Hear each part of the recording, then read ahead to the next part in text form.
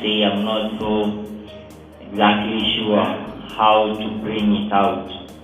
Because most of the time when we stand and speak the word of the Lord, at times we are speaking it without understanding, and therefore James warns us that most of us should not desire to be teachers, because the judgment upon us will not be easy. And so when an opportunity comes for us or for me to speak His word, at times I'm afraid lest I fall under judgment when I say what is not right. And so this morning, before I begin, I would like to ask us this question and to pose this challenge to us. There is one decision that we have to make today, and it's one that we have to decide about this sermon today. There are so many things that we might talk about, and therefore you need to ask yourself, is it true what is being said, or is it false? If it is true, then woe to us if we walk out of this place and heed not what the Lord is saying to us. And if it is false, then we ought to be sensitive and to know what is that is the will of God, and perhaps you can be in that place where the Lord has enabled and graced you to come and share with us and tell us, perhaps this is the right one, this is the truth, and not that. And so today, as one of the people who have spoken here have said, that you cannot serve in the house of the Lord in vain, I want to assure you that it's true. If you serve or you are in the presence of the Lord, there's usually a reward, and the reward is death. When you serve Him right, you will die. And if you serve Him wrong, you will die. If you serve Him right, the world will be after you, because Jesus says that the world will hate us for His name's sake.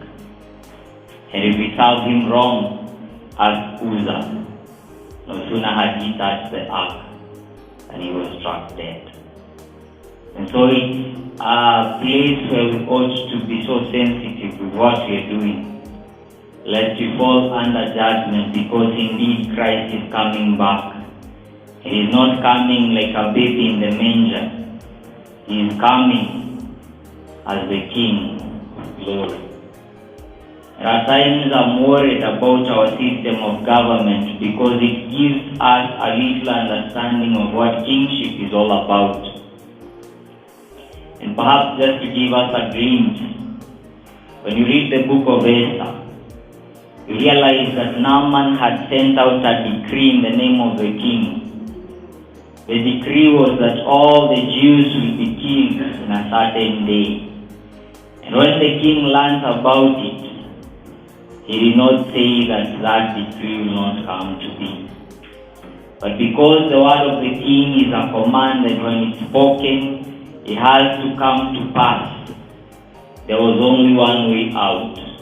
The king had to send another decree that whoever, when that day comes, the Jews were given the right to defend themselves.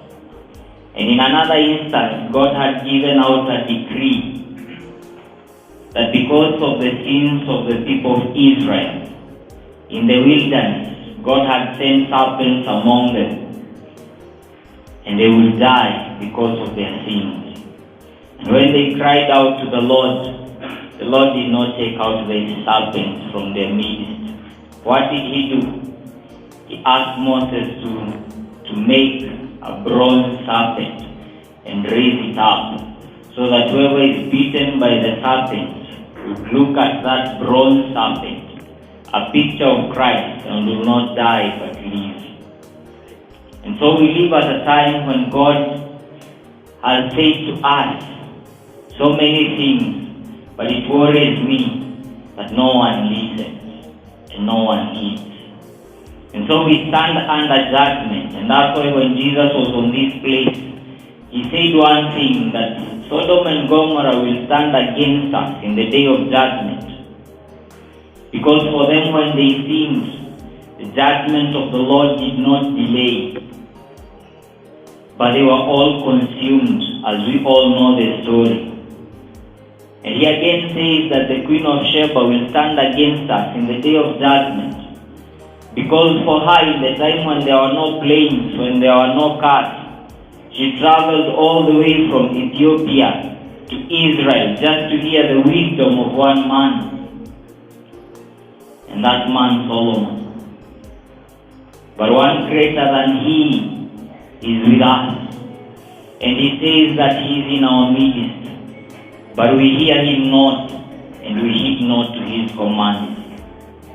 And there's only one thing that can be said of us: woe unto us, because the time of his coming is at hand. And so this morning, I desire that we venture through this subject of entering through the narrow gate.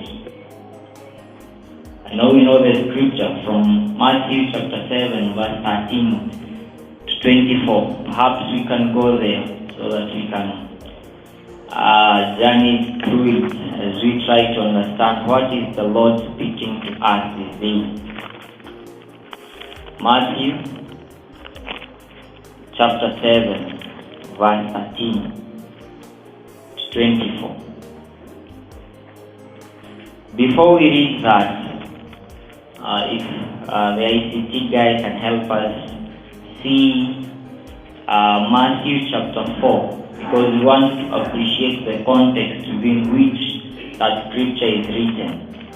Matthew chapter 4 from verse 23. Bible says that, and Jesus went about all Galilee, teaching in the synagogues, preaching the gospel of the kingdom, and healing all kinds of sickness and all kinds of disease among the people. Then his fame went through all Syria, and they brought to him all sick people who were afflicted with various diseases and torments, and those who were demon-possessed, epileptics, paralytics, and all of them he healed. In verse 25, great multitudes followed him from Galilee and from Decapolis, from Jerusalem, Judea, and beyond the Jordan. This is Jesus. He has begun his ministry. He has gone all about preaching the good news about the kingdom and healing the sick and performing all signs and wonders. In verse 25, their response is that great multitude followed him. It is such a good statement to hear, but when you discern and try to look at their motive, it only saddens our heart that they were not after what he was speaking about. They were not after the word that he preached, but rather the signs and wonders. And that's why a few years, if not few months later, they will all gather in Jerusalem and cry out, crucify him. The same multitude that followed him. And so chapter 5 verse 1 begins that on seeing the multitudes, Jesus went up on a mountain, and when he was seated, his disciples came to him. He saw the multitude, a great number, a great crowd. They came.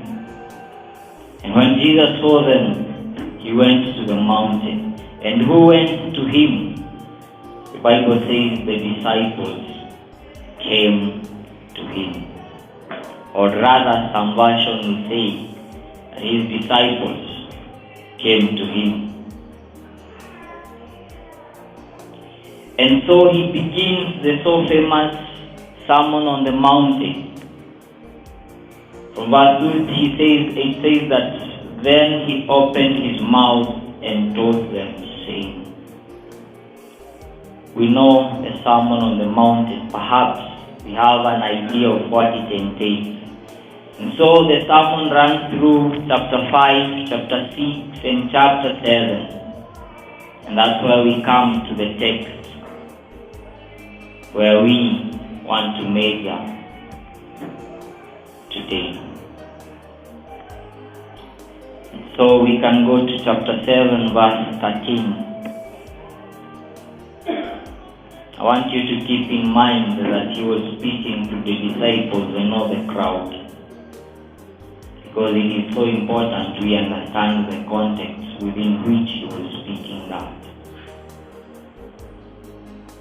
Verse 13, enter by the narrow gate. For wide is the gate and broad is the way that leads to destruction, and there are many who go in by it. Because narrow is the gate and difficult is the way which leads to life, and there are few who find it. Beware false prophets who come to you in sheep's clothing, but inwardly they are ravenous wolves. You will know them by their fruits. Do men gather grapes from thorn bushes or figs from thistles? Even so, every good tree bears good fruit, but a bad tree bears bad fruit. A good tree cannot bear bad fruit, nor can a bad tree bear good fruit. Every tree that does not bear good fruit, it is cut down and thrown into the fire. Therefore, by their fruit, you will know them. Not everyone who says to me, Lord, Lord, shall enter the kingdom of heaven, but he who does the will of my Father in heaven. Many will say to me in that day, Lord, Lord, have we not prophesied in your name, cast out demons in your name, and done many wonders in your name? And then I will declare to them, I never knew you. Depart from me, you who practice lawlessness. Therefore, whoever hears these sayings of mine and does them, I will liken him to a wise man who built his house on the rock. That's the word of God.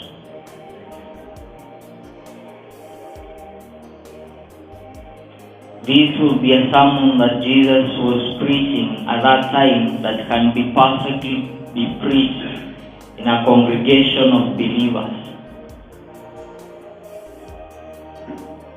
And it says clearly, enter through the narrow gate. If I would have begun to ask how many of us are born again, perhaps all hands will be up. But when the question will come, what does that mean? Most hands will drop down. Because we know not what it means, and we seek not to know it. We gather and jump up and down, and then we disappear back to our own way of life and live just like the world. And yet we claim to be born again, we claim to be Christians. It doesn't work that way. At times when I look back in the early church, I ask myself, how many were they? In the upper room, when the Holy Spirit descended upon them. 120. And after that encounter, Jerusalem did not remain the same again.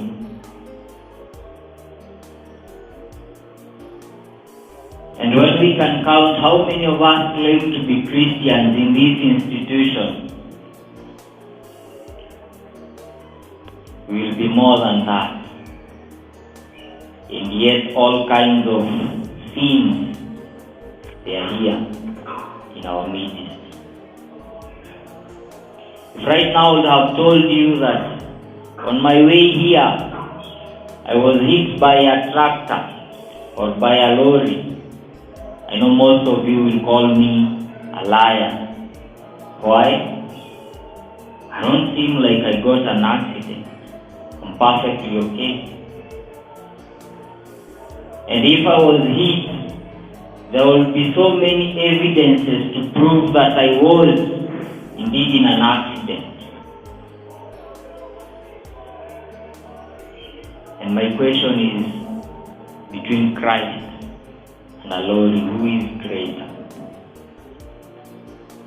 And if we have encountered the same Christ, why do we still live like the world?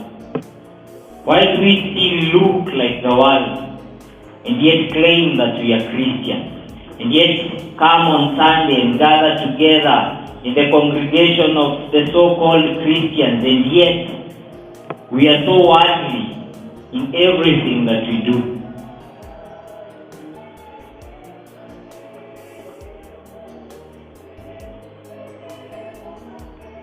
Do we really know this Jesus that we claim to have believed in?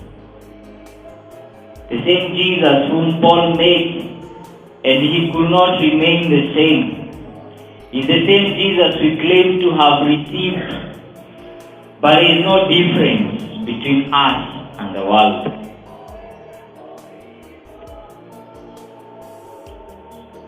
If we were to stand here, not the way that we are today, because perhaps we are more presentable today than tomorrow. If we were to stand here the way we usually look in the days of the week, and an unbeliever be put on this side, I bet for someone to say that we are Christians, he will need to be a prophet. Because we look just like the world. And we live just like the world. And yet Jesus is saying to them that enter through the narrow gate. And how does he describe it? In verse 14, because narrow is the gate and difficult is the way. But all we want is a smooth life. All we want is a good life, and Jesus is the means to get it. If that is your agenda, I would ask you to get born again or you leave Christianity for good. Because if all we need are good lives and we pursue the same things that the world is pursuing in the name of Jesus, that is not our agenda. The agenda is different. Jesus did not come to make our world better for us. Because if that was so, then Revelation would be lying to us when it says that there will be a new heaven and a new earth. This world is passing, and this earth will soon vanish.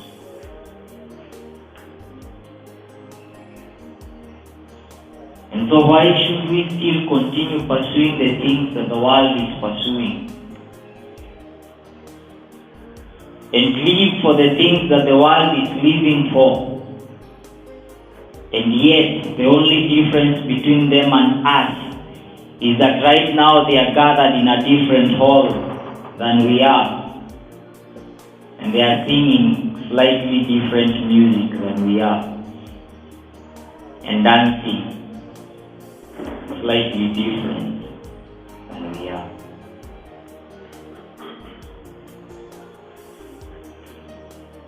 When talking about these at times, even myself, I'm scared. Because the word is clear, in a twinkle of an eye, he is coming back. And he is not coming back to dance with us, he is coming to judge. And I don't know where we and how we stand before him and with him.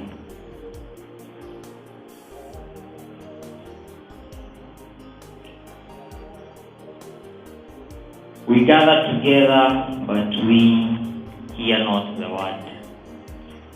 Sin is hardly spoken of today.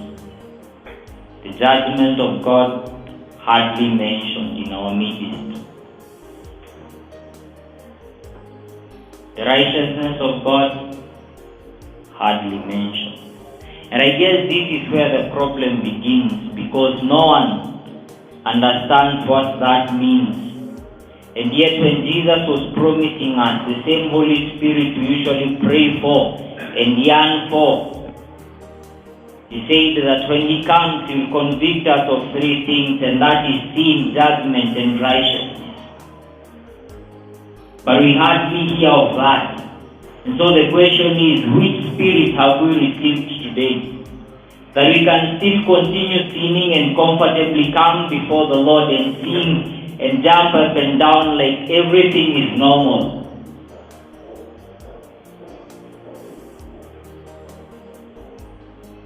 If Paul was around, he gave the letter to the Galatians would be fit and perfect, who bewitched us.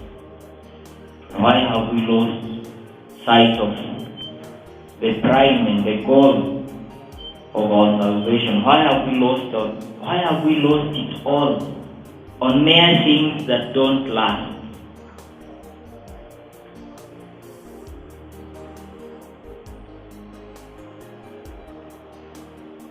Problem is that no sooner had we stepped out of this door, some of us will not even think about these words. But when a time will come, you will cry and remember that you wish you had listened to that small boy that was standing there.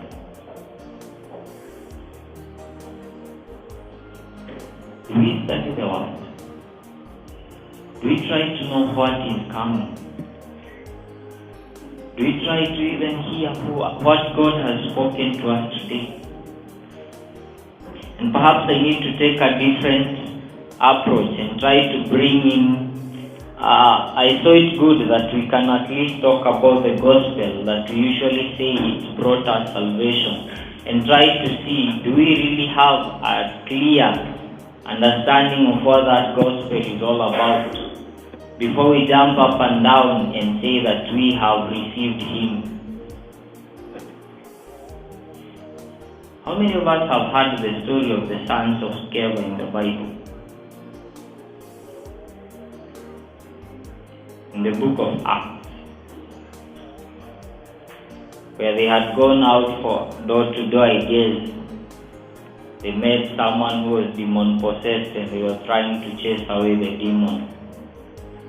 The demons told them that Paul we know and Jesus we know, but who are you? And I would call you to go and try and find out what happened to them.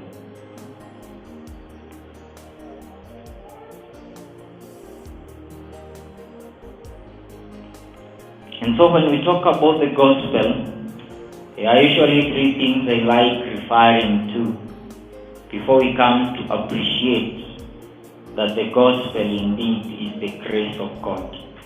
And one thing is the understanding of sin.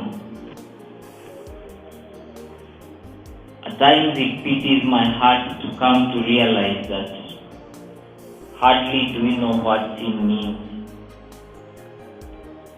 It's just a simple lie. No, it's not. And some of us will try to baptize some sins to seem like they are good and acceptable, and others we have tried to crucify them and seem like they are worse. That's why when someone who is lying stands here, we will still applaud them and say they are good. While others who perhaps are thieves, when they stand here, we will cry out, crucify them.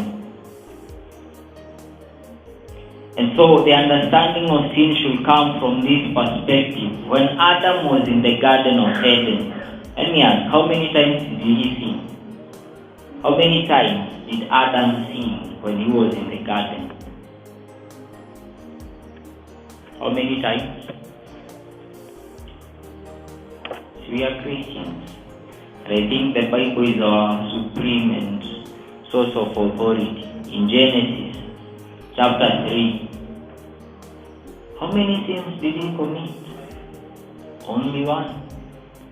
And even today, if we try to examine that sin, we will not call it sin. Alikula tu kamatunda.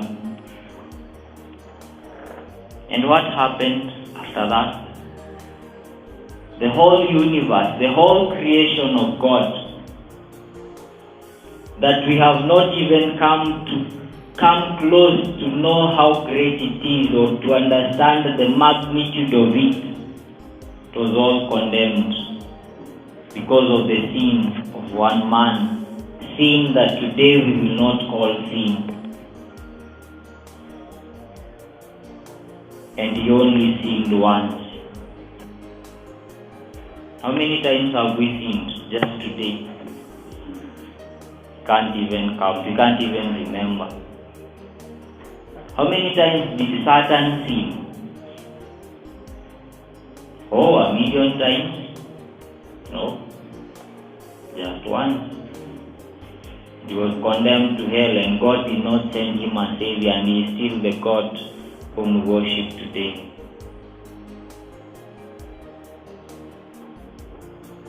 And so before the Lord, His standards are so high, we can't reach to them on our own.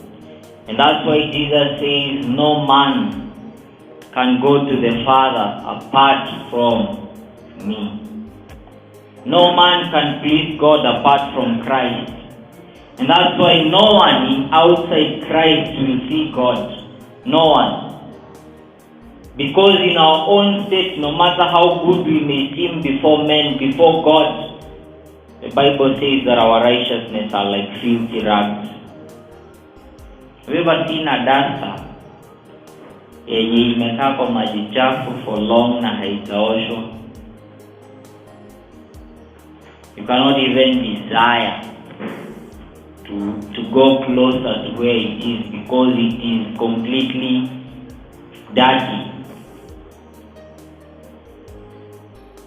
And if someone would throw it at you, you would probably break out a war between you and him or her. That is how perfect we are before God. No matter how many good things we do, no matter how many evangelisms, no matter how much we pray, no matter what we do, before the Lord, all that counts to nothing. That's why only in Christ. Only in Christ. That's why it is by grace alone. Something else that has already been lost in the church today that we hardly talk about is hell. We only hear a mention of it. It's never talked about. But you know what? Some of us are heading there, and yet we don't know. Yet we are not even bothered.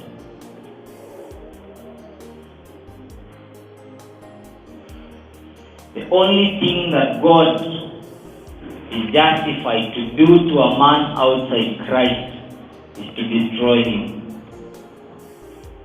And right now, all creation is calling for condemnation because we are continually sinning before the Lord.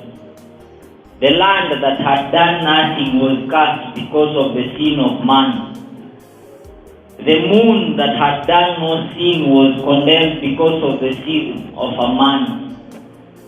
The sun that did nothing but shine bright on us was condemned because of man. And so all creation is calling for condemnation because we have sinned against God. And the only place that is justified to take us is hell. And I promise you, He's coming to do just that. How many years from now? Maybe even today. No one knows. And yet with the understanding of all this, we walk around as if all is normal. We live like the world and we continue to walk like nothing is bothering us. And there's no difference between us and the generation of Noah.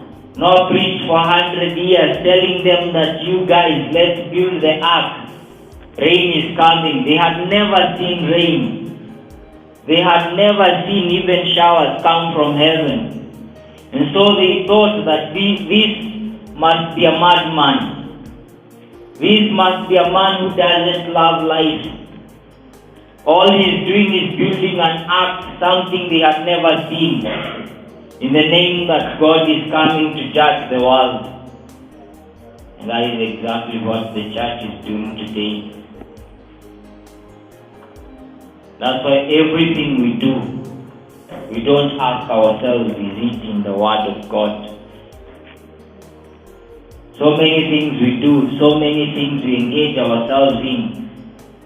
Can we confidently go back to the Word and say that I'm doing this because the Word says? Hardly not. We do them because so and so says. We do them because we feel like. We pray and we do all sorts of things based on our own judgment. And so the Word of God has lost authority in the church today.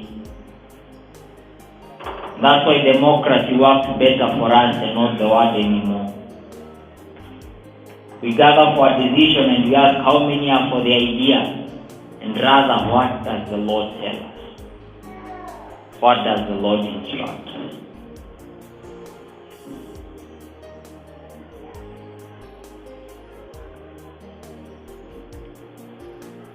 And so maybe with this time that we have right now, we may not be able to exhaust that. What I'm just trying to do is to help us see that Jesus, when he was on this world, he gave us one promise, and that promise is true.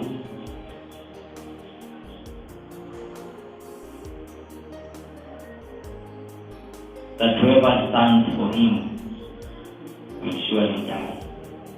The world will hate him for his name's sake. The question I usually ask myself, does the world love us or hate us?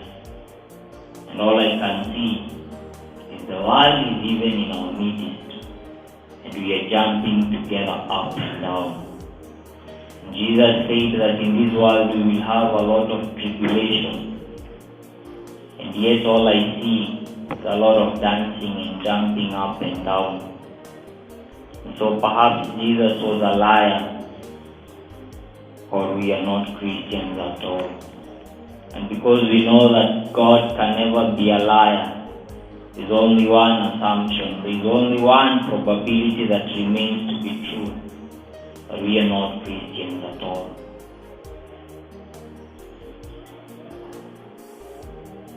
The judgment of God is coming. And as Jesus made it so clearly, only those in Christ will live.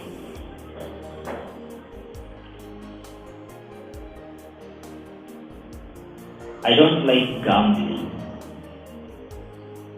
and I hate it. But I think gamblers have at least one aspect that they have grasped. They think before they bet. And I know some of us maybe are victims or have already come out of that. Usually see them the way they sit down and analyze before they finally put their bet. But I think they are wise than Christians, because we have placed our hope on something that will not hold, something that will not last.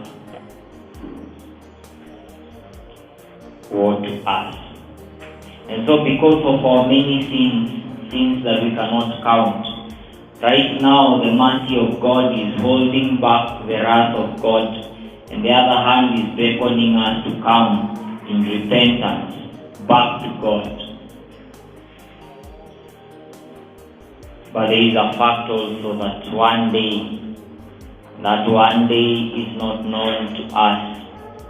Both hands will be dropped, and the wrath of God will be met with us.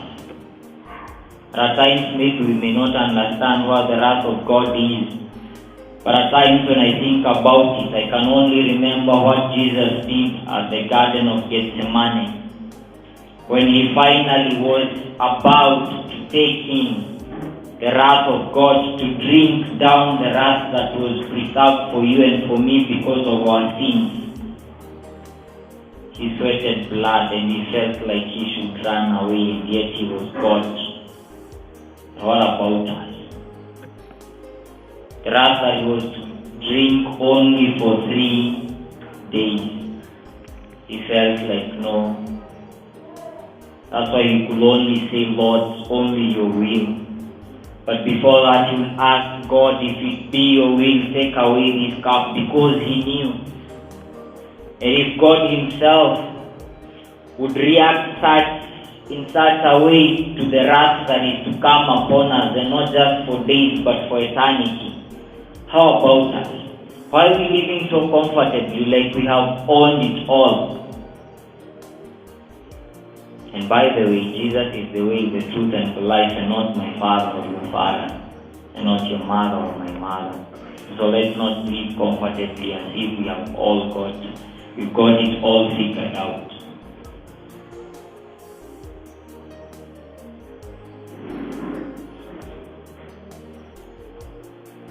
Many of us are marching to hell in the assumption that we are born again. And in fact, it's like we have changed the scriptures, and now it is narrow is the way that leads to death, and only a few find it. That's why we are comfortable. And you see, when Jesus was talking about this, it was amidst believers. And so he says, amidst those who claim that I am their Lord, only a few will find it. And so what is the distincting factor between those who claim and those who will finally indeed make it to heaven? What is the difference? Where do we lie? Are we the people who will come and say that, Lord, we performed miracles in your name? And that tells me that even if I perform miracles, it's not a guarantee. So coming for morning devotion is not a guarantee.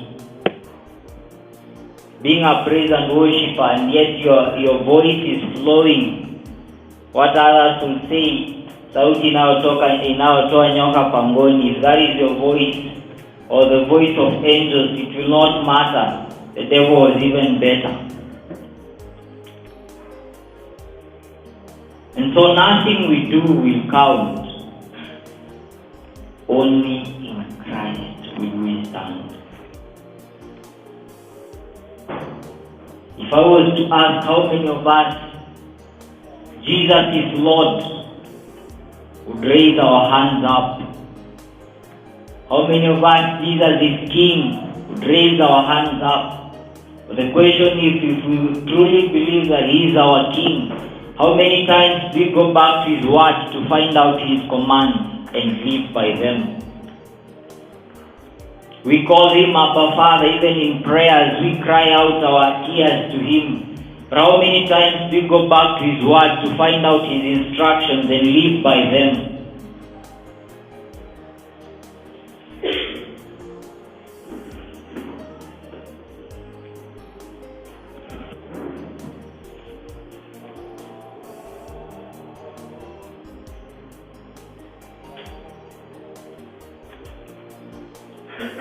And you may be wondering why it's so harsh and why it's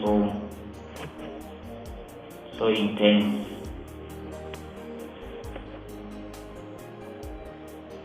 There's no other way to tell you this. We can't come and jump up and down and feel happy and go home. How many of your friends are normal? How many of your relatives are normal? Are you better than them? Am I better than them? Why are we still here? The mercy of God is still extending its hand to us and beckoning us to repent and turn away from our wickedness. And the longer that takes, the greater the judgment if we fail to respond. If you read the scriptures, you'll see how God would react to such unfaithfulness. At times we usually laugh at the Israelites and wonder, these guys had just been saved from Egypt. They had just seen a miracle, the Red Sea parting. They had just received manna from heaven. They had just seen the rock give water. But they continually went back to sinning. And we think we are better. At times we are even worse. That's why when you read the prophets, you realize that God will at times say that I removed the Canaanites from the land just for you to come in because of their wickedness. But now your wickedness has surpassed their own.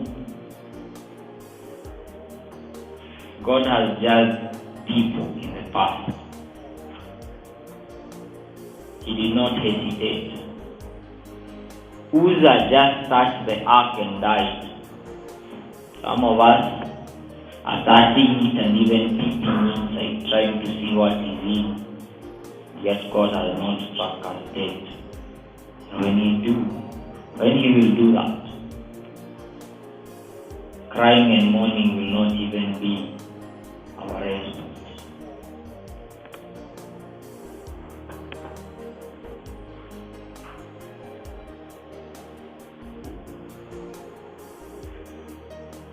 And so, the question is then, what shall we do? What shall we do?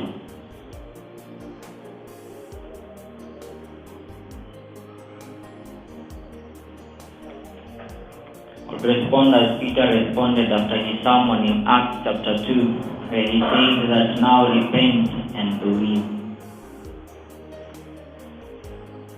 We have to repent of our wickedness and believe in Christ. And that is a very wide subject to talk about within just a few seconds or minutes. Perhaps I will try to touch on repentance. Some of us, we have repented and some we haven't. So what does repentance mean in itself? Just means the change of mind. And that has a lot in itself than just what we may try to grasp as per now. For example, right now we have believed that this building is safe and is okay. There is no harm, there is no fire, there are no floods that may take us away in this building. And that's why you are seated so comfortably and so calmly. But if you were to be told that this building is on fire, you will not be normal to sit there where you are. Most of us, even those who are playing the instruments, the first thing they would remember is their lives. They will first disappear and find a safe place before they even begin to think about the microphone that will perhaps burn. Why? Because their mind has changed, that now this place I thought was safe is no longer safe. Whatever I believed to be true is no longer true, so I cannot continue to remain there. And so my mind changes that I have to do something before I'm destroyed.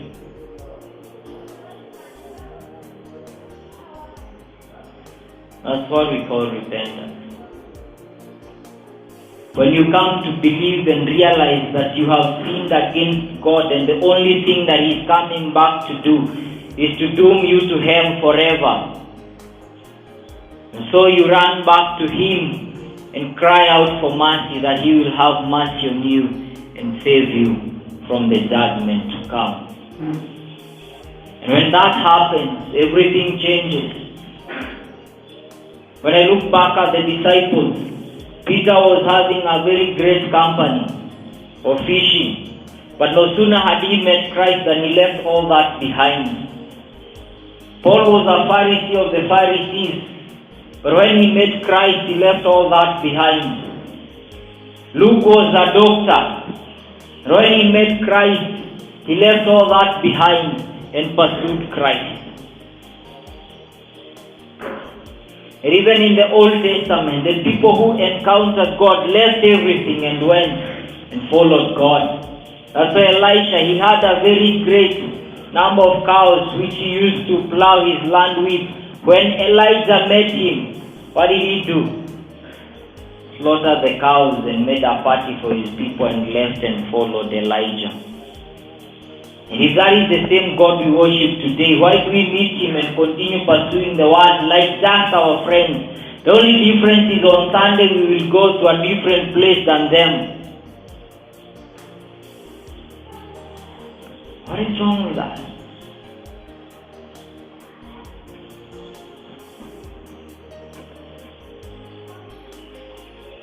So repentance calls for more than just crying here your tears and saying, Lord, I'm sorry. There has to be a change.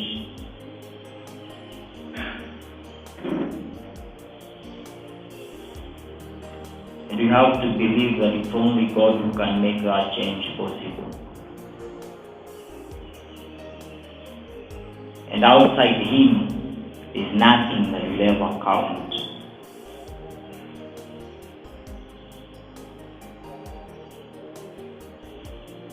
The passage that we've read, the Bible has talked about that a good tree bears good fruit. But I wonder, with us Christians, at times I usually say, if a doctor was to stand here and a chef to stand here, even a small kid will say that is a doctor and the other is a chef. Why? They're different. They're unique. If a pilot was to stand here and a judge on my left, do not need to be a prophet to tell who is who. But wait until you put a Pentecostal Christian here and an unbeliever on the right. The way they talk, the way they live, the way we conduct everything. You need to be a prophet to tell who is who. Or perhaps wait at the door of the church on Sunday to see who is coming and who will not. Because we dress like the world. My dear sisters, my dear brothers, why do you want to look like the world?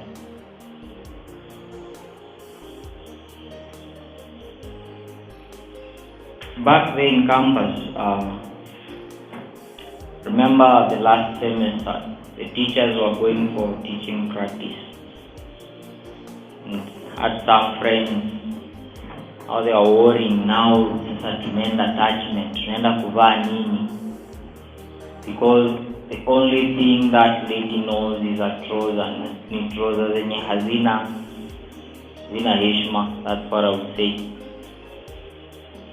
And so TAC haiwezi mruhusu.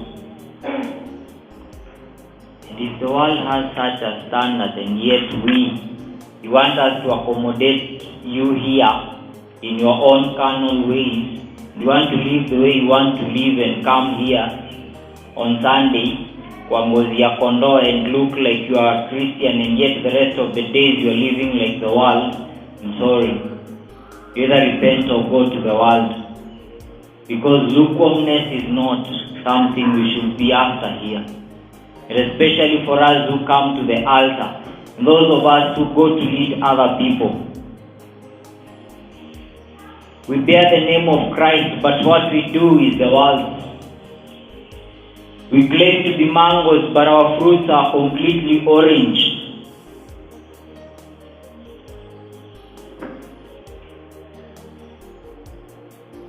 Brother, unataka kuweka swag, nywele inakaa venye nataka, And if there was a crime that took place at the gate there and the police are here to look for suspects, you'll be number one. Because you look just like the criminal who would have done that. At in his work. You need to get born again. I'm sorry you hate me today. One day you'll be thankful. Some of us hatuwezi enda ushago venye tunavaanga on our weekdays. Shosho akikuona atasema huyu mtoto alianguka kitambo, alipotea na dunia. So you can't even have the confidence to share the gospel with them. And yet you claim to be a Christian and come and dance here and jump up and down and you want us to applaud you. Change or leave. If you say, thank God you will not be here next Sunday to see me. But the Lord is. Let's make things simple. Be in Christ or be in the world. Don't mix the two.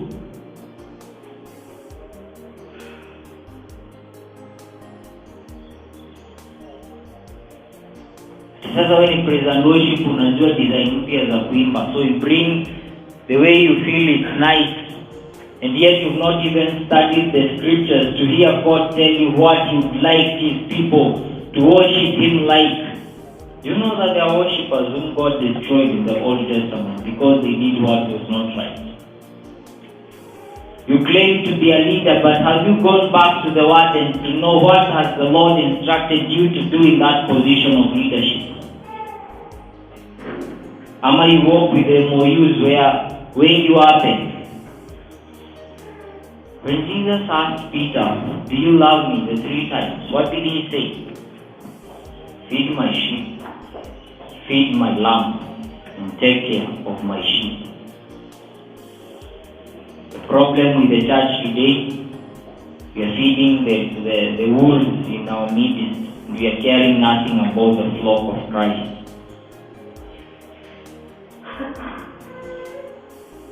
That's why to the leaders I will tell us, we have a very big task ahead. We need to go back to the Word and discern what exactly has the Word instructed me to do about these people that He has entrusted me for this particular season, so that you do exactly that. Have you read where God told Moses that the very pattern that I showed you on the mountain, be careful to build the tabernacle exactly as I had shown you on the mountain? Moses was not just a man, he was a learned man. And so he might have known and had so much and great ideas of how he would have made the tabernacle of God. But God was so specific that do it exactly as I had shown you on the mountain.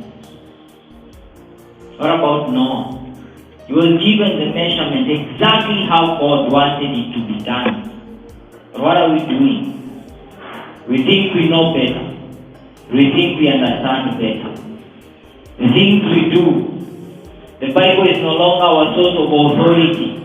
That's why we'll dress, we'll walk, we'll do things just like we want, just like we've seen maybe others do, and yet we don't know what the Word requires of us. The instructions for our believers in the Word, do you know them? If you don't know them, stop claiming to be one.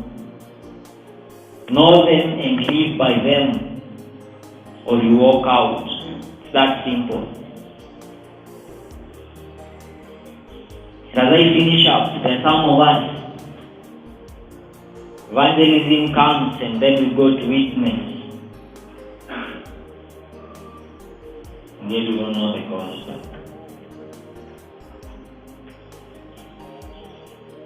You teach others, yet you don't know the gospel. How much time do you take with the Word of God? How much time do we go back to God and ask of Him, Lord, Here I am, you have instructed me to do this. How should I do it? What should we do here?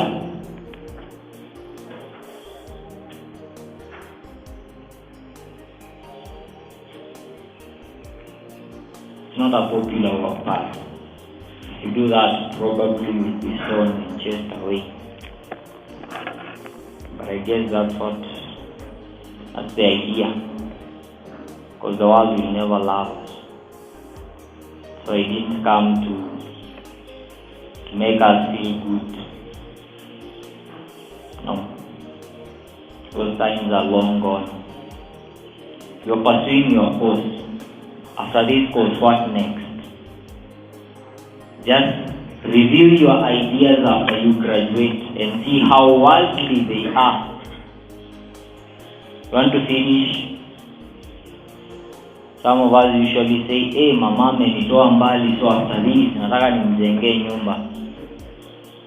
Jesus has taken you farther. Yet the only thing you can do is come on Sunday service, every Sunday, every week. That's the best you can do. Some people are dying for Christ. Somewhere on earth today, now.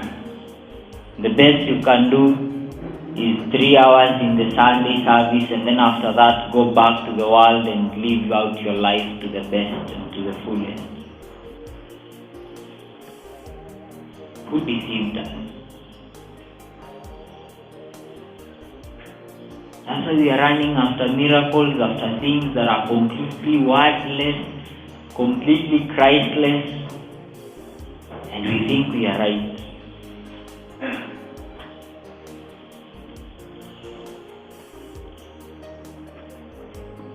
Only tell us that the clock is ticking and time is running out. After you graduate, what will you do? Will you look for work in the best place, in the best hospital, get the best salary, get the best wife you'll ever dream of, the right Mr. Right, have the good family you've ever dreamt of, drive the best car you've ever seen, build the best house you've ever seen, and then what? So if those are your dreams, I promise you'll not get them here. Toka nje, anzisha biashara, you'll find them there. Because that's what the world is offering. Here Christ is offering one thing, life. How many people have graduated and died before even they achieved one of those dreams? How many have died even before they graduated? Have you paid God to live more years than them? How many years have you left to live in this world? How many? Mbakisha miaka ngapi? You can't answer because you don't know. Then why should you pursue so much the things of this world which you don't know how long you'll ever enjoy them or how long you'll ever hold on to them? Solomon is a perfect example. He says, vanity of vanity, all is vanity.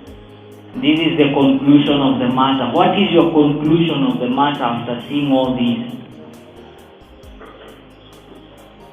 There is one command that God has given to Christians. That because I've saved you, tell others about what I've done. And yet you're disobeying that and claiming to be a Christian. No, you're not. That's why even our prayers, even our fastings, they are completely Christless. Some of us fast because things are going bad, so you want to make them better. You so unaona uhonge Mungu na fasting ata come through.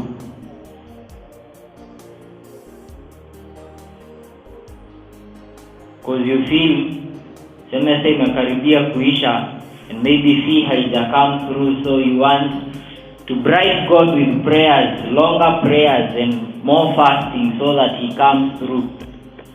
God is not an African cow that you have to soothe and you toy maziwa. He has given us life. That is more than we'll ever need.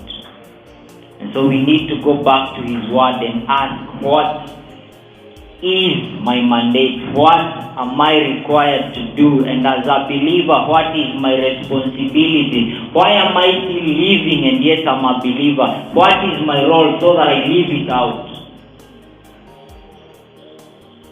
Or do you want to march the gates of heaven? Ukifika hapo, Jesus is wondering, umepotea njia.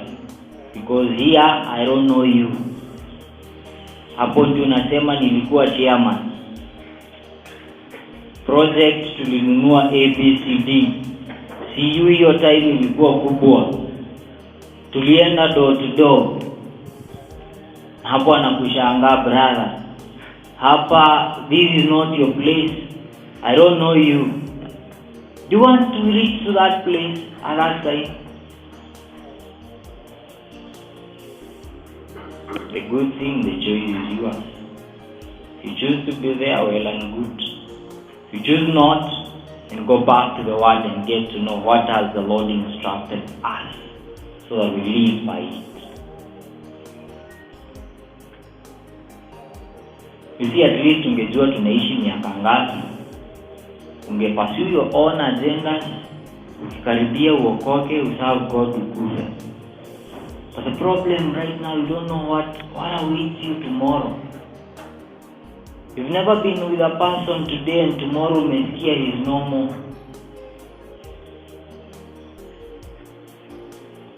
There was a colleague of ours back in the CU, trying to break Corona. Shortly after that, kitu niliona ni kwa gazeti, his picture murdered.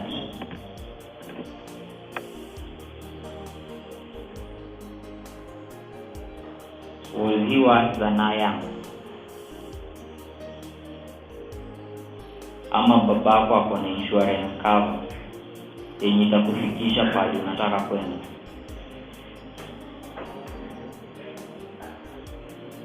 So if we are not sure, then let's go back to the drawing board and ask ourselves, what are we really pursuing? And let's be distinct and live like Christians. Enough of these shows that we have. Let's be Christians. Let's devote ourselves to the Word and to pray. I'm sorry to say, I'm sure kuna Bible study imetajwa pahali kwa program, but already uko na form. Sunday tu hauna form, so tatokelezea ukuje, and then you already have an afternoon form. Ni Jumapili wako ameenda pia kwa church, so utaboeka, that's why you're here.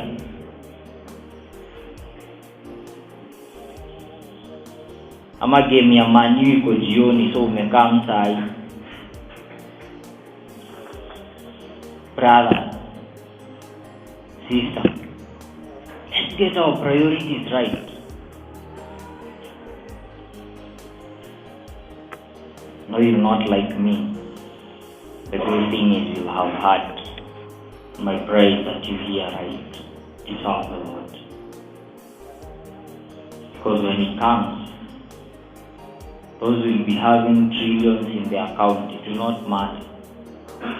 That's why Paul would leave his office of a Pharisee. Try to study the life of the apostles and see. Those guys met Christ and they left everything and lived for Christ.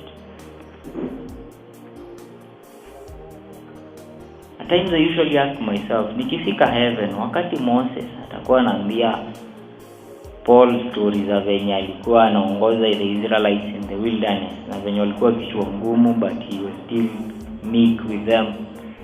Paul akimuelezea venye alikuwa anafukuzwa from city to city. Peter akisema venye alisulubiwa upside down. Paul unasema basi mimi nilikuwa naenda Sunday service kila siku, kila wiki. Even the devil comes to church, so that's not a guarantee. So let's get our things right. Because heaven is as real as hell. And the problem is that many of us will miss heaven. Not many of us who are living in the world. Many of us among the Christians will miss. Leave alone the worldly who we are sure, because the outside Christ they will miss. Some of us who are claiming to be Christians in the Christian congregation are missing heaven. They are missing life because all they want is themselves. All they want is the best for themselves. If you don't want God, just know heaven is not your place, because heaven is God. Heaven is heaven because God is there. And so if you don't want God, just be sure you will not be there. Even Satan will want to go back to heaven. The only thing you would want is that God will not be there, and you will not have to bow his knee to God. And most of us are not bowing to him. And we are on God. And God is the only means to what we want to achieve. That's why when you are in trouble, you come back here in the morning and come and seek the Lord, because you want him to do something. How many times have we sought the Lord just to know him, just to come to an understanding of who he is and live just like he has commanded us to? How many of us? And some of us come because you are the leader, so you have to be there.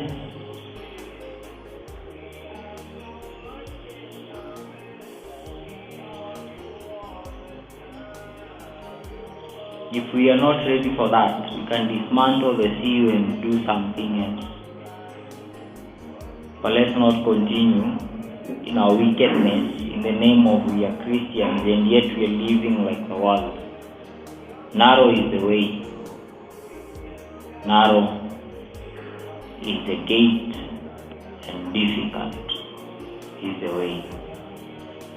That only Christ makes it possible. So if you want to live out your life the way you want and come on Sunday, alright, you will be happy when this hall is full. But be sure you will not be in the same path.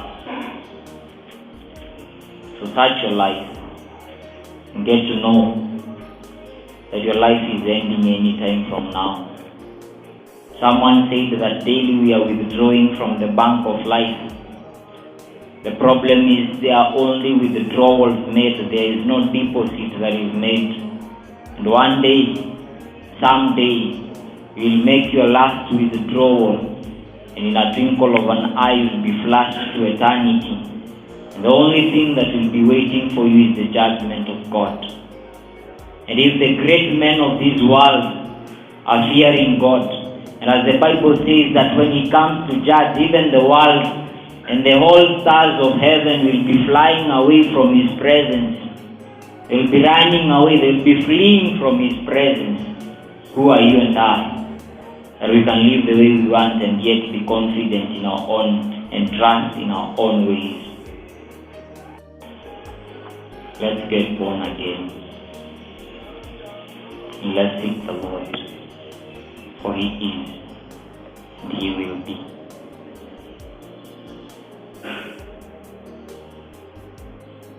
But if you want to forget about everything we say today, no sooner has you left, congratulations. I don't know how long you're going to do that. But one day, we regret